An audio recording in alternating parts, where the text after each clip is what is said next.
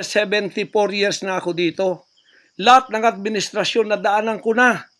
Lahat ng mga naging pangulo, mula kay Diosdado Macapagal, mula po sa malit pa ako kay Magsaysay, kay Carlos P. Garcia, kay Diosdado Macapagal, kay Marcos Sr., kay Cory Aquino, pagkatapos kay Ramos, pagkatapos kay Gloria Macapagal, pagkatapos kay Erap, pagkatapos kay Ramos, pagkatapos si Aquino, Noynoy, pagkatapos ang ating Pangulong Duterte. Wala po kaming nadaanan ganito na ginigipit kami sa aming sariling bansa ng mga dayuhan na kasabwat ang ating pamahalaan na aking sinuportahan pa naman noong nakaraang eleksyon. Tandaan mo, President Bongbong Marcos, First Lady Lisa Marcos, pati ikaw, Martin Romualdez, hindi kayo dyan ngayon kung hindi kayo tinulungan ng SMNI at ng buong sangkatauhang Pilipino. Naniwala sila sa amin sapagkat ang SMNI lamang ang may credibility noong panahong yon hanggang ngayon. Ngayon, anong ginawa ninyo? Pinaggagawan ninyo kami ng kasalanan, inilagay ninyo kami sa kahihiyan, pagkatapos ibinilanggo pa ninyo ang dalawa naming mamamahayag, pagkatapos inaapi ninyo kami ng ganito-ganito lang. Ang aming pong tolerance, it has come to the rim. Our tolerance has been to the roofs already. Alam ninyo, hindi na po biro itong nangyayari sa bansang ito. Kung pababayaan po natin ang ganitong mangyayari ng mga dayuhang tulad ng Amerikano, CIA, FBI, State Department, US Embassy, gigipitin tayo with the connivance of our own President and First Lady and other members of the Congress. Kung pababayaan natin ito, nangyayari sa isang Pilipinong tulad ko na gumagawa ng kabutihan, trying our very best para makatulong kami, humanitarian, Children's Joy Foundation, dinemonize kami, kinriminalize kami. Biro nyo, ginagawa ninyo dangerous criminal organization, ang Kingdom of Jesus Christ. Buong sanlibutan, ang akin pong 38 years na munga ng mga 6 hanggang 7 milyong kaluluwa na niwala sa katwiran at nagbago ang buhay. Ngayon, ginaganito niyo ako ng dahil sa inyong politika na ang aking itinataas naman ay mga leader na tama tulad ni Duterte. Kasalanan ko ba yun na maniwala ako sa isang leader na matuwid at akin siyang itaas? Pagkatapos ganito kayo kadesperado para ako'y patayin at ang lahat ng aking mga senior leaders papatayin din, hanggang yung mga leaders na pwede pang pagkatiwalaan papatayin ninyo. And then you take over all of our properties and compound. Pagkatapos lilinlangin ninyo ang mga tao. Pagkatapos magtatayo kayo ng sariling korporasyon, i-incorporate ninyo doon ang lahat ng properties na pinaghirapan, blood, sweat, and tears ng aking mga members all over the world. Tapos biglang-bigla ililipat ninyo doon sa inyong bagong korporasyon at pagkatapos itataas ninyo ang kamay ng isang tao tulad ni Bandari at sasabihin niyo, ito ang leader ninyo ngayon. Ano ang Kingdom of Jesus Christ? Political government? Hindi po ganon. Mangyari ng mangyayari. Hindi po papayagan ng Panginoon Diyos ang mga bagay na itong nangyayari sa ating bansa sa mga sandaling ito. Kung ako, mabuting tao, kung ako nangangaral ng katuwiran, kung ako tumutulong ng kusang loob at hindi nagpapautang loob kanino man, ginaganito ako, sino pa kaya kayo, mga kababayan ko?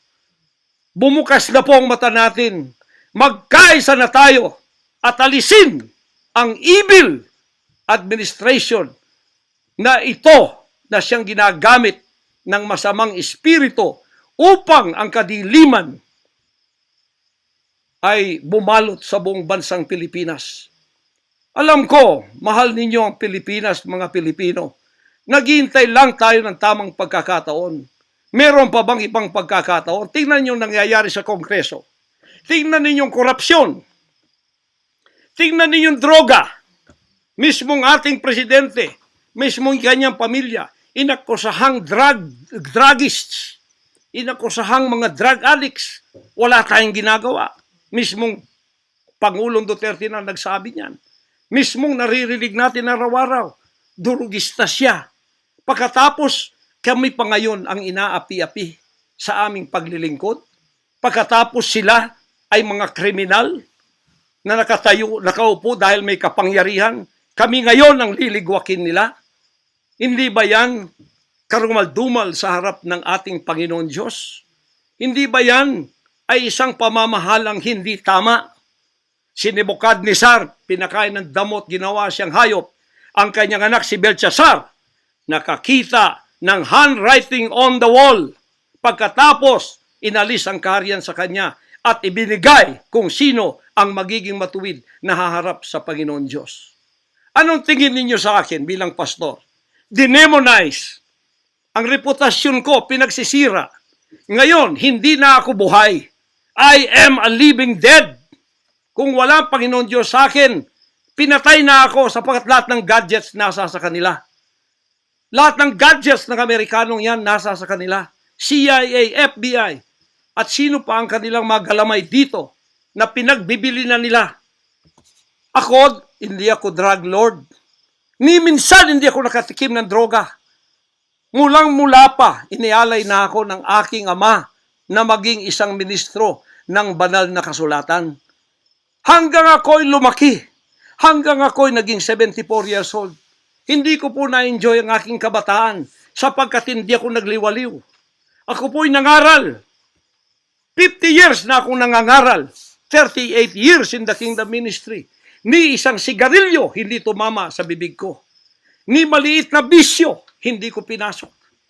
Ako po ay hindi nag-asawa. Ngayon inaakusahan ako ng napakaraming babae. Ito po ang kasalanan ko. Pinayaman ako ng Panginoon Diyos, akala nila sa akin. Single ako, kaya pinag-aagawan ako. Pagkatapos na ako'y maghihindi, mapapahiya, ibabaligtad nila sa akin. Yan ang tinatawag kong Potiphar's wife syndrome. Hindi po ako nagsasalita ng ganito kasi mapahiya ang mga babaeng yan. Nag-aagawan sila. Mahirap man sabihin. Pinag-aagawan nila ako dahil nananawagan sa mga magulang, mayaman na tayo pag nangyari ito. Sabi ko, hindi mangyayari yan kasi dedicated ako eh. Napahiya, ngayon binayaran at ngayon binabaligtad ang lahat ng istorya. Mahirap pong sabihin ko ito kasi masisira ka lang pagkababae. Napilitan lamang ako sapagkat ang buhay ko po'y nanganganib. Anytime pwede na akong kidnapin kung nakita ang aking lair, ang aking hideout. Anytime pwede na akong ligwakin. Ang aking mga BOA leaders, hindi na po natutulog sa compound. Kung saan-saan na lang po mga membro kami natutulog. Doon sa mga payak na mga bahay, doon sa mga bahay na hindi kilala. Sapagkat lahat po kami nakalista na. Napapatayin, gugurgurin. Wala po silang takot kasi nasa kanila daw ang kapangyarihan. Mahal kong kababayan, nagtatago ako sa kakisariling bansa. Sariling mga compound namin na pinaghirapan. Hanggang kami na ako saan nagpapalimos. Pero yung amin pong sinusulisit, tingnan ninyo ang humanitarian na ginagawa namin. Ni 5 wala kaming ninanakaw. Yung mga volunteers ko, walang sweldo. Araw at gabi. Sapagkat nakikita namin ang mga kabataang Pilipino, pinabayaan ng mga politikong yan. Kami po nagsasacrifice para mapakain sila, mapaaral na wala pong bayad. Pagkatapos, ang kababayan nating nalipusta, kalamidad, walang tumutulong. Kung may tumutulong man, politika at may kabayaran. Nagtitiis po kami sa mga pag-alipusta. Sa paninira, inaangkin namin yung kasi malaki ang ganti namin sa langit. Ngunit pagka nakasalalay na ang ating mga kalayaan, lalo na sa kamay ng mga banyagang ito, na wala naman tayong ginawang masama sa kanila. Tumutulong pa ako sa Amerikang yan. Nagdodonate ako doon sa malalayong lugar tulad ng Apalachian na hindi nakapag-aral ang mga bata. Bumili kami ng napakalaking library para sila'y makapag-aral. Mga Amerikano po yan. Kinikilala ba nila yon? Kung nagseselo sila sapagkat ako'y umusbong sa bansang Amerika, problema na po nila yon. Kung ako'y binigyan ng ama ng isang sasakyang panghipapawid para hindi ako madelay sa aking worldwide na gawain, kasalanan ko ba yon?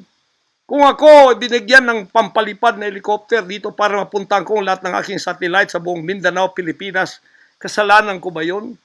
Kasalanan ko ba na ako'y magkaroon paralan para makapag-aral ang mga bata na walang bayad? Kasalanan ko bang mayroong SMNI para hindi mabayaran? At pagkatapos itong salot na CPP-NPA na marami pinatay ng mga members ko, ministro, at iba pang mga inosenteng Pilipino for 54 years ay magsasalita ng katotohanan na hindi natatakot. Ngayon kami ang tinatakot ninyo, nililigwak ninyo. Anong klase kayo? Kung hindi kayo tatayo ngayon, mga kababayan ko, sapagkat ako'y living dead na, wala nang kwenta itong buhay ko, iaalay ko ito sa bansang Pilipinas. Ako ang mamumuno upang tayo ay magkaroon ng kalayaang muli. Unang-una sa akin, sa aking kababayan, sa Kingdom Nation, sa aking mga leaders na papatayin din, at sa lahat ng Pilipino nagmamahal ng kalayaan. Tatayo ako! At ako ang mamumuno sa bansa ito para sa katwiran at takot sa Diyos, para ibalik ang ating kalayaan at ang ating kaligtasan mula sa kamay ng mga banyaga na pinakabatyan ni Rizal, nila Bonifacio. Gayon ang panahon ng pagtayo. Ayaw ko pong gawin ito. Hindi ako politiko. Ang misyon ko ay isang pastor, isang alagad ng Diyos. Appointed son, magligtas ng kaluluwa. Ngunit hindi nyo kinilala yon. At ngayon sinisikil ninyo ang aming kalayaan na ma-enjoy namin ang labor namin for 38 years. Blood, sweat, and tears. Ang gabi ginagawa naming araw. Hindi kami nagmolestiyan ng ibang tao. Lumago ang bansang Kariyan. Ngayon, you are envying and jealousy. Gusto niyo kaming i-put down. Mapipilitan akong pupunta at mamumuno sa bansang ito para sa katwiran. Sasabihin ko sa inyo, pag ito'y kalooban ng Diyos, gagawin ko. Ngayon din, sapagkat ang buhay ko ay wala ng kwenta. Papatayin din naman nila ako. Ngayon tatayo na ako para sa kalayaan nating lahat. Mahal kong mga kababayan, ito po ang mahalagang mensahe ko sa inyo sa mga sandaling ito. Hindi ko po uurungan ang sinumang gumagapi sa bansa ko at sa aking kalayaan na ako mismo nagtatago sa aking sariling bansa within 74 years. Hindi po nangyari ito ngayon lang. Pangulong Bongbong Marcos, akala ko matuwid ka na tao. Ikaw, First Lady, akala ko matuwid kang tao.